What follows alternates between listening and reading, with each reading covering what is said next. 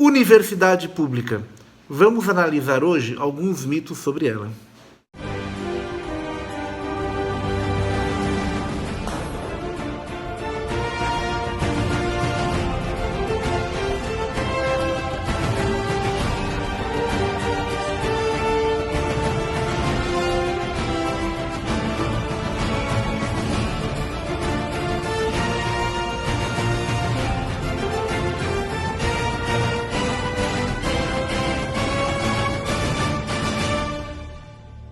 Oi pessoal, tudo bom? Eu sou o Edu. Antes de tudo, seja bem-vindo. Para você que não conhece o canal Overmundo, já se inscreve, já ativa o sininho, pinta ele para receber as nossas novidades, tá bom? As nossas notificações e dá aquela força para a gente deixando o seu like, tá?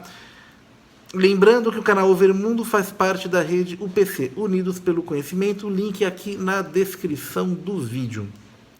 Em primeiro lugar, me desculpe, eu não estou gravando na sala de casa, que é o estúdio, porque está chovendo muito hoje em São Paulo e a gente tem a telha da garagem, aquilo faz um barulho que está captando mais o barulho do que realmente aquilo que eu tenho para dizer. Então hoje vai ser aqui na cozinha mesmo. A universidade pública ela é cheia de mitos que ela mesma cria para ela, tá? Existem alguns mitos que nós vamos explicar direitinho. Alguns são mentiras, outros são meias verdades. E vamos começar hoje por 4 mitos fundamentais dela. Todo ano, quando você tem Enem, é a mesma coisa.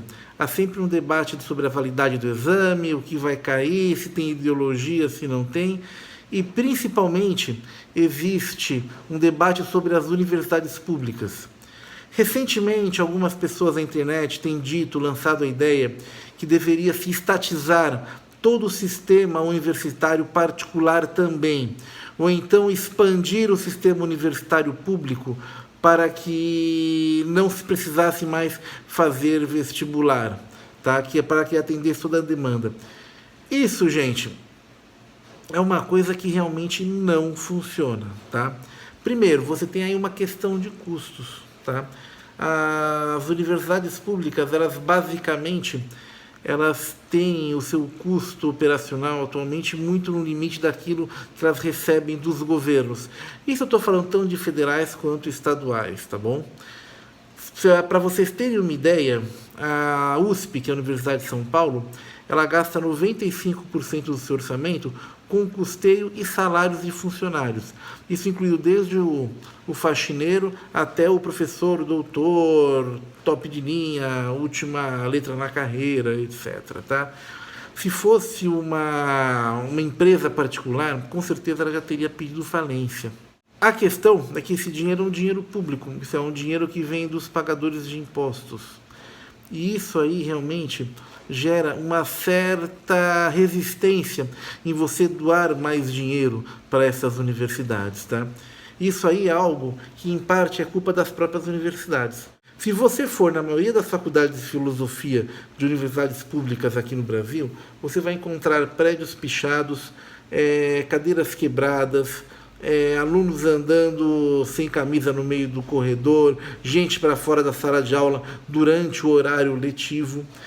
Para o cara que é o pagador de impostos, isso é um absurdo, porque na cabeça do pagador de impostos, o que acontece é o seguinte, ele pensa, eu estou pagando uma universidade, certo, para que pessoas possam estudar lá de graça, ter a oportunidade da vida, que às vezes esse pagador de impostos não teve, olha só. E as pessoas estão lá, certo, estão fazendo tudo menos estudando. Isso, pessoal, é uma tremenda de uma verdade, tá? Agora imagina se esse pagador de impostos ele vai apoiar a expansão do sistema ou a estatização das faculdades particulares. Óbvio que não vai apoiar. É claro que não. A estatização das faculdades particulares barra também no seguinte problema.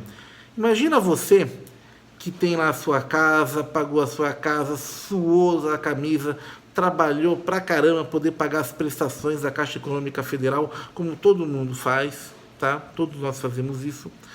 E de repente vê o governo e fala, olha, nós vamos tomar a sua casa porque nós queremos expandir um sistema de habitação popular, então nós vamos tomar a sua. Gente, vocês notaram o absurdo da coisa? Isso é, quem consegue gerir melhor a sua casa? Você ou o governo? É óbvio que é você. Na questão da educação, é quase a mesma coisa, tá? Existem algumas faculdades no Brasil que são particulares, são ilhas de excelência também. Você tem, por exemplo, a PUC, você tem o Mackenzie e diversas outras faculdades particulares aí pelo Brasil afora que estão num grande esforço de melhoria da sua qualidade, algumas com bons resultados. Então, você não pode pegar e nivelar tudo por baixo, que nem o pessoal fala, vamos estatizar o sistema universitário inteiro. Não, você não pode fazer isso. Mesmo as faculdades particulares, elas acabam tendo a sua função social. Tem gente que trabalha lá, tem gente que depende dessas faculdades para viver, não estou falando dos donos, estou falando dos funcionários, de professores, etc. Da mesma forma, é irreal você querer fazer faculdades públicas para atender toda a demanda, tá? É necessário um volume de dinheiro muito grande que para um país que nem o Brasil, que você tem uma dificuldade em infraestrutura, uma carência de infraestrutura ainda muito alta, para você ter ideia, né? Existem lugares no Brasil que quando dá uma chuva que nem essa que está dando aqui em São Paulo, a estrada, que seria uma estrada, vira um atoleiro. Sim, quem mora na região norte sabe muito bem disso. Quem já tentou passar alguns trechos da Transamazônica sabe que aquilo lá só consegue passar com 4x4 rebocando. Sim, isso aí é uma verdade. E cidades dependem dessas conexões. E então, não é que existe um grande volume de dinheiro disponível apenas para a educação. Entenda uma coisa.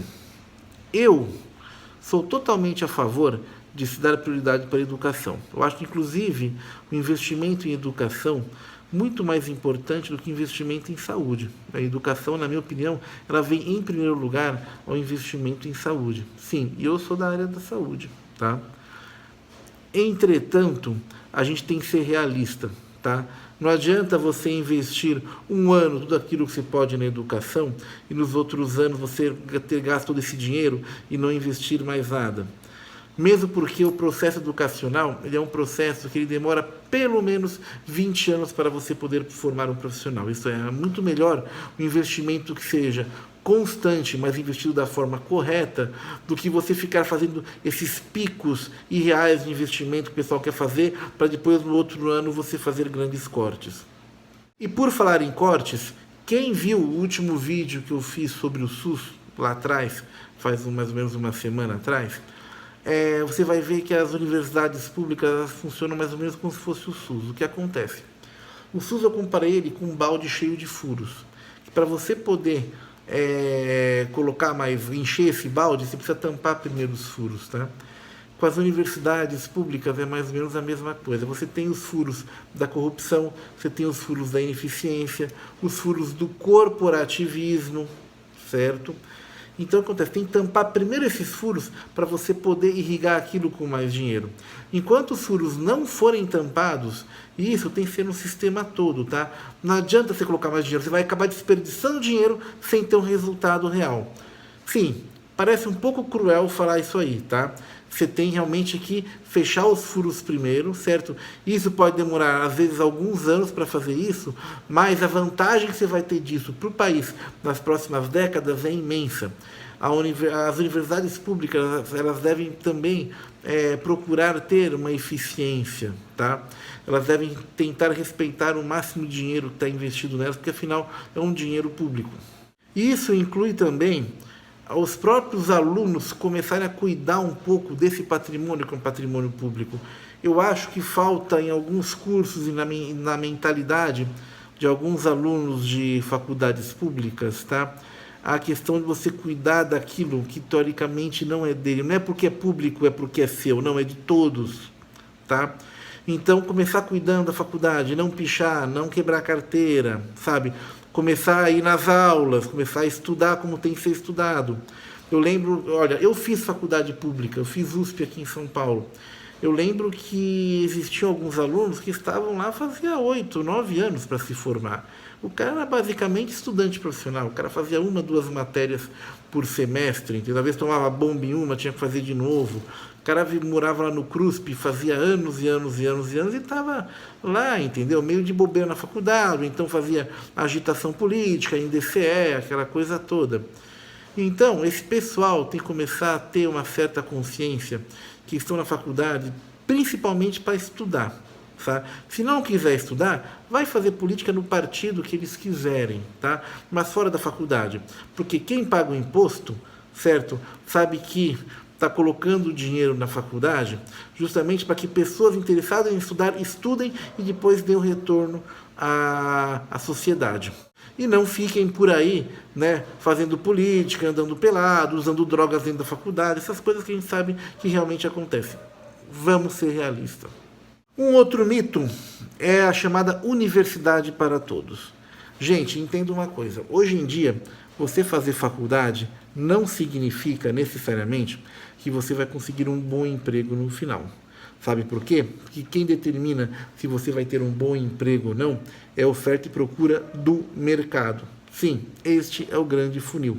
Existe outra coisa também. Se todos os jovens do Brasil se formarem em universidades, você tem uma gama enorme de empregos de ensino médio que ficarão, na verdade, sem pessoas para preencher aquelas vagas, tá? Logo, os empregos de ensino médio começarão a pagar mais, porque ficará mais difícil você arranjar pessoas. Exatamente, pessoal. Lei de oferta e procura também funciona no mercado de trabalho.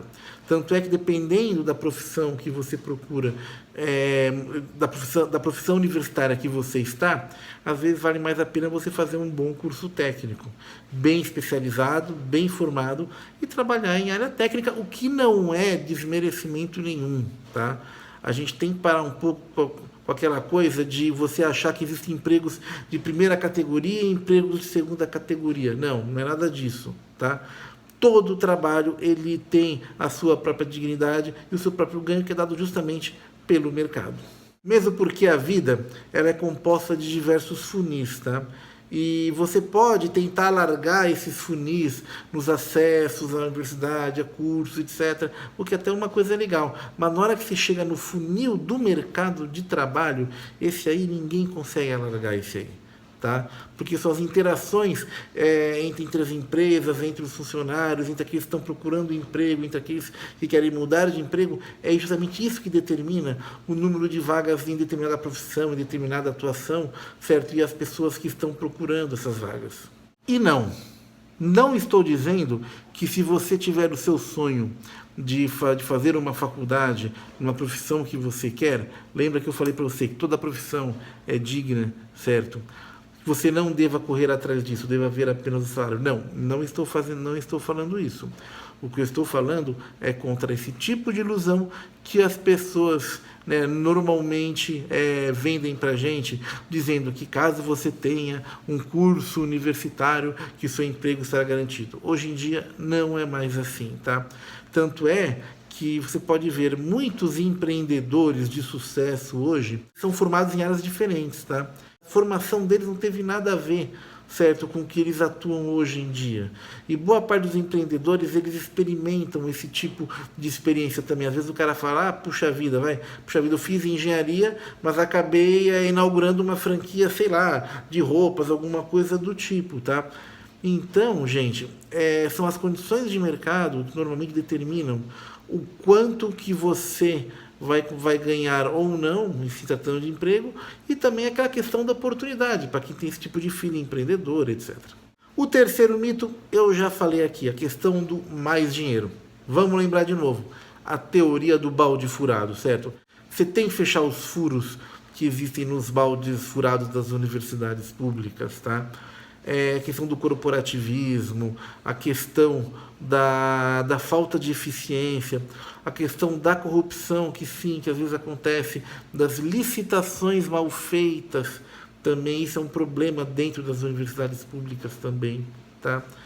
Você tem que fechar esses furos antes de você conseguir injetar mais dinheiro, tá?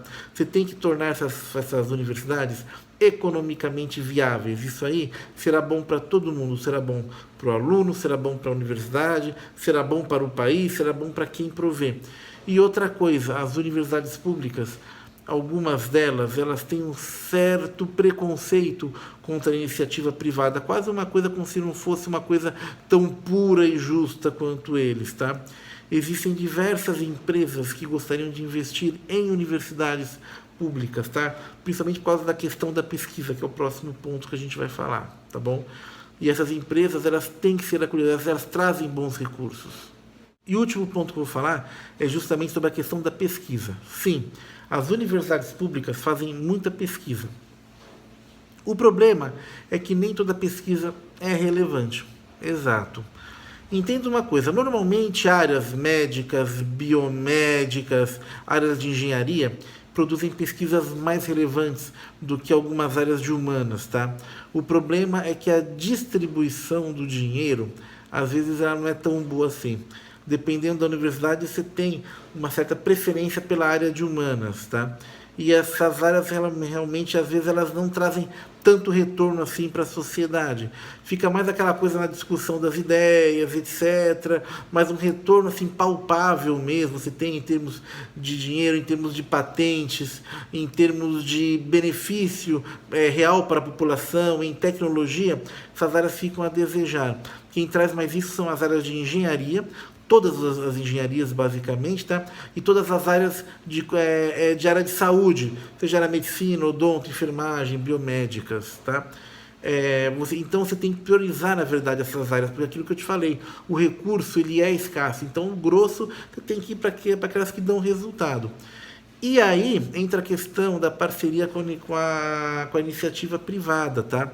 Muita gente fala assim, não, mas não pode ter uma parceria com a iniciativa privada, porque a iniciativa privada ela está mais interessada na patente, no lucro, etc. Não tem problema nenhum nisso, gente. Se uma faculdade, se um centro de pesquisa na área de biomédicas, por exemplo, desenvolve um remédio eficaz para o câncer, por exemplo, em parceria com uma empresa, tá? Esse centro ele pode, através do acordo que ele faz previamente com essa empresa, desenvolver esse tipo de medicação, por exemplo, para ser usada pelo SUS. Sim, pode, tranquilamente, não há problema nenhum disso, enquanto a empresa vai vender para entes particulares ao redor do mundo. É importante você ter também, dentro das universidades públicas, empresas júniores. Sim, isso é importantíssimo, isso aí, tá? Ensinar inovação dentro dessas universidades, e para isso você tem que trazer gente do mercado. Muitos cursos em universidades públicas são voltados para a própria universidade pública, tá? Para a sua própria produção de conhecimento. E muitas vezes não são voltadas para o mercado. Isso é, onde o aluno, na hora que vai sair, ele tem que ganhar dinheiro. E isso aí acontece porque muitas vezes o professor de universidade pública ele não tem experiência no mercado. Sim, exatamente. Às vezes ele é um cara que ele se formou, ele fez o seu mestrado, fez o seu doutorado, está fazendo o seu pós-doutorado, mas ele só trabalhou dentro da universidade. E às vezes você tem uma diferença grande entre aquilo que se aprende na universidade e aquilo que ocorre fora da universidade. Portanto, as universidades elas têm que fazer um esforço enorme para trazer gente de mercado para dentro delas, para elas se atualizarem, para elas verem qual é realmente a real dos seus cursos, para elas poderem adequar os seus cursos à realidade que os seus alunos irão encontrar aqui fora. Bom, pessoal, é isso aí. Hoje foi um vídeo bem curtinho, tá? E se você gostou, não gostou, deixa aí o seu like, tá? Deixa o seu comentário, a gente quer ouvir você. Tá bom? Pode deixar o seu comentário que a gente lê, tenta responder todos eles, tá bom? E é isso aí. Ativa as notificações, se inscreve e deixa o seu like. Canal Overmundo. Tudo que existe passa por aqui. Valeu!